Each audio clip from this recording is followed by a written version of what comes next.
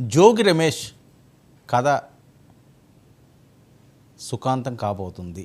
Political career లేకుండా పోయే పరిస్థితి ఉంది. పెద్ద ఎత్తున ప్రచారం అవుతున్న అంశం. అంటే ఇంకా ఎండ్ కార్డు పడబోతుంది అని.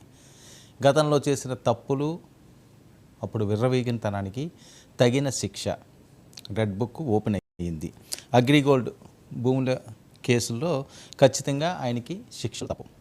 ఆయనతో పాటుగా వల్లభనేని వంశీ, కొడాలి నాని, రోజా వీళ్ళందరి చిట్టాలు కూడా ఒక్కొక్కడిగా ఉన్నాయి.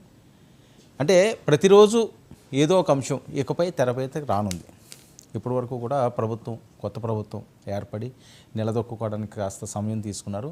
ఇంకా ఒకటి కేసులు తోడుతున్నారు. సజ్జల గారి దగ్గర నుంచి ప్రతి ఒక్కరి మీద కూడా బలమైన కేసులు ఉన్నాయి. పూర్తి స్థాయి ఆధారాలతో వీళ్ళందరినీ కూడా ఖచ్చితంగా లోపలికి పంపిస్తారు. మరొక వైపు వైసీపీ నేతలు ఈ మధ్యకాలంలో వస్తున్న వరుస కథనాలు, వాళ్ళ చీకటి బాగోతాలంటూ పెద్ద ఎత్తున హెడ్లైన్స్లో పడుతున్న నేపథ్యం.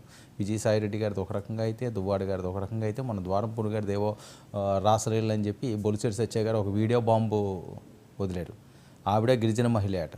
విజయసాయిరెడ్డి గారిది గిరిజన మహిళ అట. సో ఇది చాలా సీరియస్గా తీసుకుంటే అవకాశం ఉంటుంది. అస్సలు ఎవరిని కూడా ఉపేక్షించేది లేదు, క్షమించేది లేదు. ఓకే, అవినీతి అనేది మరొక అంశం. ఈ వివాహేతర సంబంధాలు అనే అంశం అన్నది అది టార్గెట్గా నడుస్తున్న నేపథ్యం. మరి దీని పర్యవసానాలు ఏ రకంగా ఉంటాయో చూడాలి. ఇక కొత్త ప్రభుత్వం ఆపరేషన్ ఆకర్షణ మొదలుపెట్టింది. ఒంగోలు ఖాళీ అయింది. అలాగే మిగతా ప్రాంతాలన్నీ కూడా మున్సిపాలిటీలు ఇవన్నీ కూడా ఒక్కొక్కటి కైవసం చేసుకుంటున్నది. వైసీపీ ఏదైతే ఎమ్మెల్సీ పోటీలకు సంబంధించి విశాఖలోని చాలా కీలకమైన స్టెప్ కూటమి వేసింది. చంద్రబాబు నాయుడు గారు చాలా ఆలోచించారు. ఒక సింపతి మేము కావాలంటే మేము చేయగలం, కానీ మేము చేయలేదు, మీకు బలం ఉన్నది కాబట్టి మీరు తీసుకోండి అన్నది ప్రజల్లో బాగా పాజిటివ్ వెళ్ళింది. అంటే ఆచితూచి కూటమి పార్టీ అడుగులేస్తుంది. మరొక వైపు మరి జగన్మోహన్ రెడ్డి గారు వీటిని ఎలా తట్టుకోగలరో, ఏ రకంగా ఒడ్డును పడేస్తారో. మరొక వైపు పిఠాపురంలో జనసేన కార్యకర్తలు పెద్ద ఎత్తున ఆందోళన. అన్నా క్యాంటీన్లో పవన్ ఫోటో లేదని వాళ్ళ ఆగ్రహం వ్యక్తం చేయడం. ఇది ఒకటి మధ్యలో ఏదో ఒక గాలివానలో చిన్న దుమారాలు లేగుతున్న నేపథ్యం. ఇంకొక కీలకమైన అంశం, ఇప్పుడు వైసీపీని విలీనం చేస్తానంటే స్వాగతిస్తామని షర్మిల గారు మాట్లాడడం. వైసీపీని కాంగ్రెస్లో విలీనం చేస్తే ఆవిడ స్వాగతిస్తారట. ఆ టైప్ క్యారెక్టరా జగన్మోహన్ రెడ్డి గారు? ఇవన్నీ కూడా చర్చనీయాంశంగా మారుతాయి. ఇవే ఇష్యూపై నేను ప్రైమ్ డిబేట్ కొనసాగిద్దాం. మనతో పాటుగా చర్చలో పాల్గొంటున్నారు బాలకోట గారు, అమరావతి బహుజన్ చేసి మనతో పాటుగా లైవ్లోకి అందుబాటులోకి వచ్చారు. అలాగే మోక ఆనంద్ సాగర్ గారు, టీడీపీ అధికార ప్రతినిధి, సీనియర్ నాయకులు కూడా మనతో పాటుగా లైవ్లో జాయిన్ అయ్యారు. రేగిడి లక్ష్మణరావు గారు, వైసీపీ అధికార ప్రతినిధి కూడా మనతో పాటుగా లైవ్లోకి అందుబాటులోకి వచ్చారు.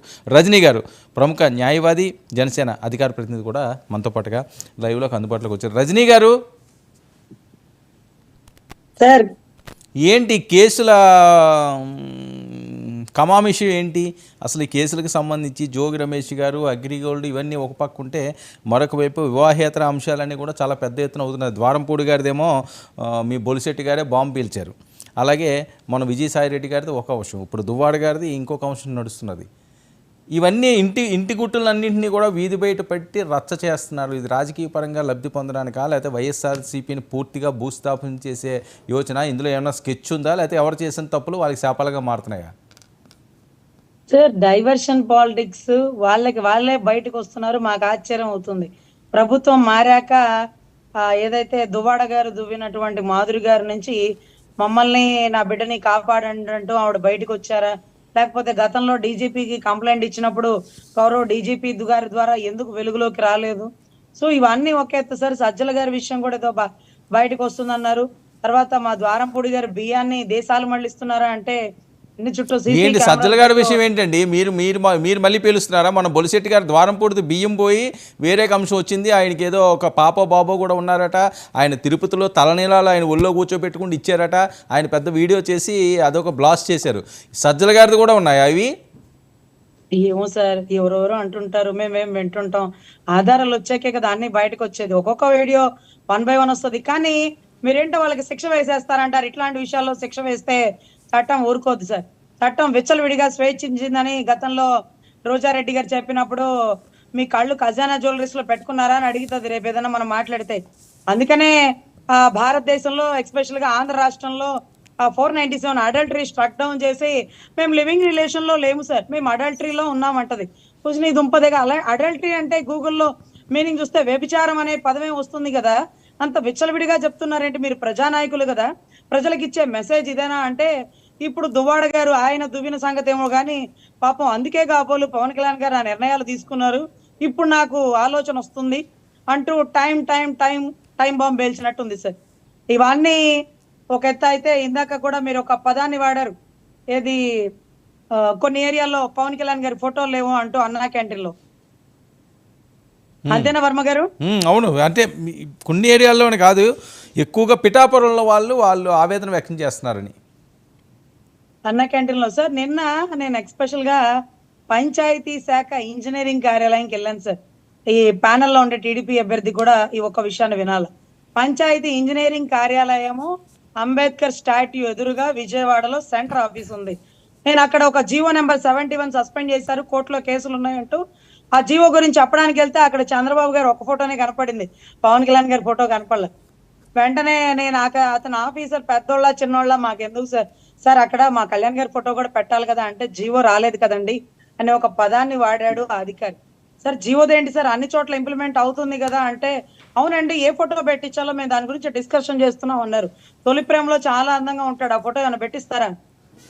కాదు సార్, మాకు మాకు మాకు పదవులు లేకపోయినా పర్లేదు సార్, ప్రాధాన్యత ఉంటే కావాలని కోరుకునే వాళ్ళం మేము. సో అలా ఫోటో పెట్టించలేదు. నేను అతన్ని గట్టిగా అడిగేశాను, మీరు పెట్టించాలా, మీరు పెట్టించకపోతే చెప్పండి నేను తీసుకొచ్చి పెడతాను. చంద్రబాబు గారితో సరి సమానంగా పవన్ కళ్యాణ్ గారి ఫోటో అక్కడ చూసుకుంటే మాకు కొండంత ధైర్యంగా ఉంటుంది సార్. ఫోటోలో ఏముంది సార్, కానీ మాకు అదొక సాటిస్ఫాక్షన్. అంటే చూస్తున్నామండి ఏ ఫోటో పెట్టాలో ఆలోచిస్తున్నాము, జీవో రాలేదు కదా, లేకపోతే ఇంకోటి అంటూ మాట దాటేశారు సార్. అది కూడా మేము అధిష్టానం దృష్టికి కూడా ఎందుకంటే వ్యవసాయ శాఖలోనో వైద్య శాఖలోనో మేము వెళ్ళలేము, మేము అడగలేదు. కానీ మా శాఖ అంటే పంచాయతీ శాఖ మంత్రిగా ఉండి పంచాయతీ ఇంజనీరింగ్ కార్యాలయంలో ఫోటో లేకపోవడం కడు బాధాకరం సార్. మేము అస్సలు ఓర్చుకోలేని పరిస్థితి అయితే ఉంది. ఎనివే ఇలాంటివి మళ్ళీ రిపీట్ కాకుండా ఈ స్నేహబంధం కొనసాగాలి. 10 సంవత్సరాలు కలిసి ఉండాలంటే ఎక్కడెక్కడ ఇగోలకు పోకూడదు. కానీ తలదించుకోము, తల వంచుకోము, సరి సమానంగా మా ప్రయాణం ఎప్పుడు ఉంటూనే ఉంటుంది సార్, దాంట్లో ఎటువంటి సందేహం లేదు. తర్వాత ఈరోజు జోగన్న కదిలిచ్చిన భూమి మీదో మాదో కాదు, అగ్రిగోల్డ్ సిఐడి అండర్ లో ఉండే భూమి. తర్వాత సిఐడి చీఫ్ గౌరవ అధికారి ఎవరైతే ఉన్నారో పాపం ఆయన రఘురామకృష్ణ గారి కేసులో కూడా అత్యుత్సాహపడ్డాడు. అంత అత్యుత్సాహపడ్డ వ్యక్తి అగ్రిగోల్డ్ భూములకి దగ్గరుండి జాగ్రత్త చేసుకోవాల్సిన వ్యక్తి ఈ రోజు భూములు పంచుతుంటే ఈనాడులో క్లాసిఫైడ్స్ వచ్చింది అంటాడు.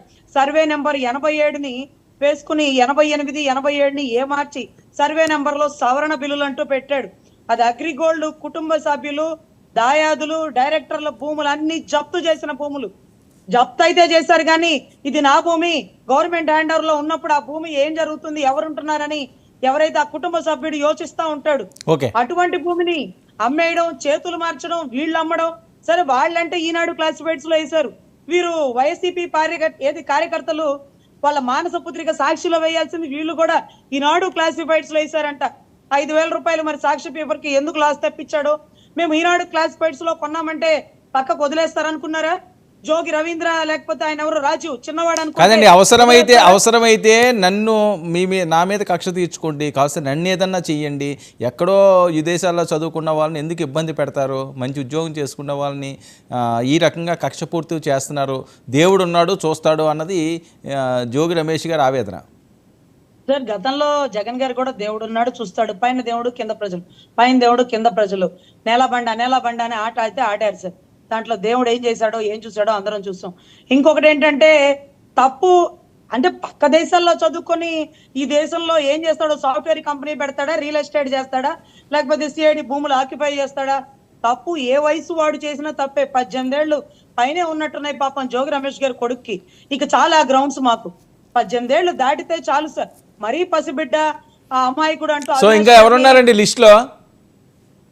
లిస్ట్ లో అంటే మీరు రెడ్ బుక్ గురించి అడుగుతున్నారు కదా వర్మ గారు. రెడ్ బుక్ కాదులేండి, ఎవరికాలు బుక్లు పెట్టుకున్నారట కదా, రెడ్ బుక్ అనే ఉంది సార్. ఎవరికాలు బుక్ పట్టుకుంటే టీడీపీ వాళ్ళు పట్టుకోవాల్సింది పసుపు బుక్ సార్, మేము రెడ్ బుక్. కానీ మా రెడ్ కూడా వాళ్లే పట్టేసుకున్నారు. మేము అంత కడుపులో పెట్టుకున్న పుస్తకాలు రాయలేము సార్. ఇందాక ఒక ఇన్సిడెంట్ జరిగింది నిన్న, వెంటనే నేను బయటపడి చెప్పేలేదా? కడుపులో పెట్టుకోలేము, ఓర్చుకోలేము సార్. అప్పుడు బాధ అప్పుడే కక్కేయడంలో మా పాత్ర కీలకంగా ఉంటుంది సార్. ఎప్పటికప్పుడు మనసులో పెట్టుకొని పుస్తకాలు రాసి సంవత్సరం తర్వాత అన్నయ్య దృష్టికి పెడదాం ఇవన్నీ ఉండదు సార్. తప్పు ఒప్ప నాకు కనుచూపు మేరలో జరిగింది అనిపించింది, వెంటనే చెప్పేస్తాం. దాని పర్యవసానం ఏదైనా కానీ పుస్తకాలు రాసే ఓపిక లేదు, చిట్టాపద్దులు తీసే అంత చిత్తశుద్ధి